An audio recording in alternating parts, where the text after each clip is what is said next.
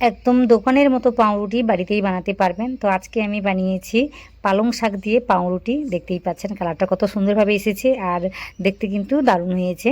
তো এটা না ভীষণই নরম তুলতুলে স্পঞ্জি হয়েছে, আর কতটা স্পঞ্জি হয়েছে বা জালিদারভাবে তৈরি হয়েছে সেটা অবশ্যই আপনাদের আমি দেখিয়ে দেবো। তো দেখুন কতটা স্পঞ্জিভাবে তৈরি হয়েছে, দেখতেও দারুণ হয়েছে, খেতেও ভালো হয়েছে। তো আশা করি আপনাদের রেসিপিটি আজকে অনেক কাজে আসবে বা ভালো লাগবে। যদি ভালো লাগে সেটা কমেন্টে জানাবেন, সাথে সাথে এই ভিডিওতে একটা লাইক দিয়ে চ্যানেলটিকে সাবস্ক্রাইব করে নেবেন। তো অবশ্যই চ্যানেলটিকে সাবস্ক্রাইব করে রেখে দেবেন। আর ওই যে বললাম অবশ্যই কমেন্ট করবেন, আপনাদের কমেন্টের আশায় থাকি। তো অবশ্যই একটা কমেন্ট করে জানাবেন। তাহলে চলুন রেসিপিটি দেখে নেওয়া যাক। তো এখানে আমি কি করেছি, প্রথম থেকে এই কাজটি করে রেখে দিতে হবে। তো এখানে আমি গরম দুধ নিয়েছি 1 কাপের মতো। এটা কিন্তু বেশ গরম রয়েছে, খুব বেশি গরম না, মোটামুটি হাত ডোবানো যাবে বা আঙুলটা ডোবানো যাবে। তো সেইভাবে গরম রয়েছে। তারপর চিনি নিয়েছি, পরিমাণটা বুঝে শুনে নিতে হবে। চিনি না নিলে কিন্তু খেতে ভালো লাগে না, তো বুঝে শুনে অবশ্যই নিতে হবে। এখানে 3 থেকে 4 চামচের মতো আমি চিনিটাকে নিয়েছি। তারপর না ওই যে ইস্ট দিয়েছি আমি, তো 1 চামচের মতো দিয়েছি, দিয়ে নাটাকে ঢেকে আমি রেখে দেবো ওই 10 মিনিটের জন্য। বেশি সময় লাগে না, 10 মিনিটের মধ্যেই কিন্তু কাজটি হয়ে যায়। তারপর ওইদিকে আমি কি করেছি, একটু গরম জল নিয়েছি, বেশ গরম রয়েছে জলটা।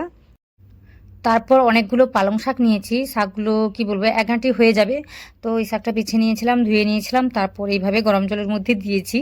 দেওয়ার পর এইভাবে আমি 1 মিনিটের জন্য ঢেকে রেখে দেবো। যেহেতু গরম জল, 1 মিনিটে কিন্তু কাজটি হয়ে যাবে।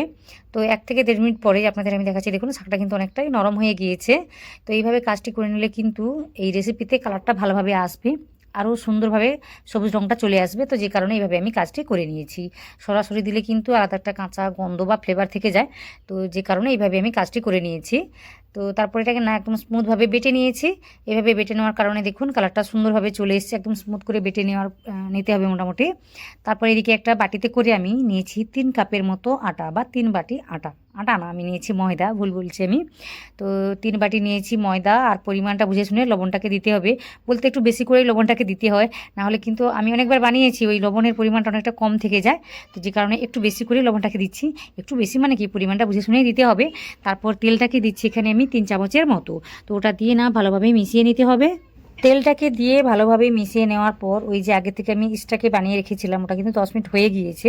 তো ওটা কিন্তু ফুলে গিয়েছিল, তো আমি চামচ দিয়ে নাড়িয়ে দিতেই কিন্তু এইভাবে হয়ে গিয়েছে জিনিসটা। আর ফুলে গেলেই বুঝতে হবে যে রেসিপিটা সুন্দরভাবে তৈরি করে নেওয়া যাবে, না হলে কিন্তু কি বলবো ওই ইস্টগুলো নষ্ট হয়ে যায় না হলে বেশি দিন ধরে রেখে দিলে। তো এখানে কিন্তু ফুলে গিয়েছিল। তো ওটা অবশ্যই দেখে শুনে বুঝে শুনে কাজটি করে নিতে হবে। তো ওটাকে আমি দিয়েছি। তারপর আমি কি করেছি, ওই আগে থেকে যে পালং শাকের পেস্টটাকে বানিয়ে রেখেছিলাম, তো ওটাই আমি দিচ্ছি। তো যদি এই সময় মনে হয় যে এটা ভীষণই নরম হয়ে যাচ্ছে, তাহলে কিন্তু একটু ময়দা মেশাতে পারেন। তো এই সময় যা কিছু দেওয়ার দিতেই পারেন, কোনো অসুবিধা নেই।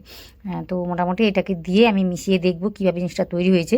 তো এখানে একটু নরম করে আমি মেখেছি, তো আপনারা চাইলে একটু শক্ত করে কাজটি করতে পারেন, তবে আমি একটু বেশি নরম করে মেখে ফেলেছি। তো এতে কিছু অসুবিধা সেভাবে হবে না, আপনারা দেখতে পাবেন। তো একটু সময় নিয়ে মেখে নিচ্ছি, সেভাবে কিছু কাটছি না, একটু সময় কিন্তু লাগবে। আর চওড়া একটা জায়গা হলে কিন্তু ভীষণই ভালো হতো। তো এখানে আমি এই বাটিতেই কাজটি করে নিচ্ছি। তো এইভাবে একটু সময় নিয়ে মাখাতে হবে।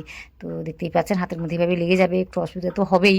তো একটু কী করবেন, হাতের মধ্যে তেল নিয়ে কাজটি করবেন, সহজেই কিন্তু কাজটি হয়ে যাবে। তো এখানে এইভাবে মেখে নেওয়ার পর আমি একটু তেল নেব। তেলটা নিলেই কিন্তু সহজে কাজটি হয়ে যায়, তো আপনারা দেখতে পাবেন। তো 1 চামচের মতোই নিয়েছি, যতটা প্রয়োজন ততটা নেবেন, নিয়ে মাখাবেন। হাতের সেভাবে লাগবে না, সহজেই কিন্তু মাখানো যায়। তো মোটামুটি 5 থেকে 7 মিনিটের মতো এইভাবে আমি মেখে নিয়েছি। মেখে নেওয়ার পর আমি কি করেছি দেখাচ্ছি। তেলটা দেওয়ার পর কিন্তু সুন্দরভাবে মাখানো যাচ্ছে। তো মোটামুটি তেলটাকে দিয়ে মেখে নেওয়ার পর আমি কি করেছি, আগে থেকে একটা পাত্রের মধ্যে তেলটাকে লাগিয়ে রেখে দিয়েছিলাম। তো ওটার মধ্যেই আমি এভাবে নিয়ে নেব। নেওয়ার পর ওতে একটু সময় নিয়ে মেখে নেব, এতে করে কিন্তু সুন্দরভাবে মাখানো যায়। তো স্টিলের বাটিতে বলে হয়তো একটু বেশিভাবে লেগে যাচ্ছে, কিন্তু এইভাবে প্লাস্টিকের কোনো পাত্রের মধ্যে কাজটি করলে কিন্তু সেভাবে লেগে যায় না। আপনারা দেখতেই পাচ্ছেন খুব সুন্দরভাবে স্মুথভাবে কাজটি হচ্ছে। তো একটু সময় নিয়ে আমি মেখে নেওয়ার পর এখানেই সেট করে দেবো বা রেখে দেবো, আপনারা দেখতে পাবেন কি করছি বা কি বলতে চাইছি আমি। এই তো স্মুথ করে আমি মেখে নিয়েছি। মেখে নেওয়ার পর এইভাবে একটু ছড়িয়ে দিচ্ছি। ছড়িয়ে দেওয়ার পর আমি এইভাবে ঢাকনাটাকে লাগিয়ে দেবো। তো যেহেতু শীতকাল, একটু সময়টা কিন্তু বেশি লাগে, আর পাউরুটি বানাতে গেলে কিন্তু সময়টা লাগে। তো আমি কি করেছি, এইভাবে ঢাকনাটাকে লাগিয়ে না আমি রোদের মধ্যে একটা কিছু দিয়ে ঢেকে রেখে দিয়েছিলাম, যে কারণে 1 থেকে 1.5 ঘন্টার মধ্যেই কিন্তু সুন্দরভাবে ফুলে গিয়েছিল। আর এটা যদি গরমকাল হতো তখন কিন্তু 1 ঘন্টার মধ্যে সুন্দরভাবে ফুলে যায়। আমি এটা দেখেছি, আমি অনেকবার বানিয়েছি। আর শীতকাল বলে কিন্তু একটু সময়টা বেশি লাগে। তো যেখানে গরম জায়গা সেখানেই রেখে দেবেন, তাহলে এই রেসিপিটা বানাতে সেভাবে অসুবিধা কিছু হবে না, তাড়াতাড়ি হয়ে যাবে। তো দেখতেই পাচ্ছেন মোটামুটি 1.5 ঘন্টা পরে আপনাদের দেখাচ্ছি, অনেকটাই কিন্তু ফুলে গিয়েছে আর দেখতে দারুণ লাগছে। আর এই কাজটা করতে বেশি ভালো লাগে, সবারই ভালো লাগবে, একবার বানিয়ে দেখবেন। এই সময় কিন্তু জিনিসটা কী বলবো, হাত দিতে ভালো লাগে জিনিসটার মধ্যে। তো এইভাবে কাজটি করবেন, বেশ হালকা হয়ে যায়, ফুলে যায়, দেখতে ভালো লাগে, হাত দিয়ে কাজটি করতেও ভালো লাগে। তো এর অনুভূতিটা একদমই আলাদা, তো আপনারা বানালেই বুঝতে পারবেন। তো দেখুন এটাকে আমি নিয়েছি, আর এখানে সেভাবে কিছু করছি না, শুধু একটা শেপ দিয়ে দিচ্ছি, আর কিছুই করছি না। একটু শুকনো ময়দা ছড়িয়ে এইভাবে একটা সুন্দরভাবে মসৃণভাবে একটা তৈরি করে নিচ্ছি, ডুয়ের আকারে গড়ে নিচ্ছি। তো আপনারা দেখতে পাচ্ছেন কীভাবে আমি কাজটি করছি। তো হাতে একটু তেলটাকে লাগিয়ে নেবেন, এতে করে কিন্তু সহজে কাজটি হয়ে যায়। তো দেখুন সুন্দর করে একটা ডো তৈরি করে নিচ্ছি, একদম স্মুথ করে নেওয়ার পর আমি একটা আলাদা করে বাটির মধ্যে সেট করে দেবো। তো ওতেও একটু তেলটাকে কিন্তু লাগিয়ে নিতে হবে নিচে ভালোভাবে। তো লাগিয়ে নেওয়ার পর এভাবে একটু চ্যাপটা করে দিচ্ছি আমি।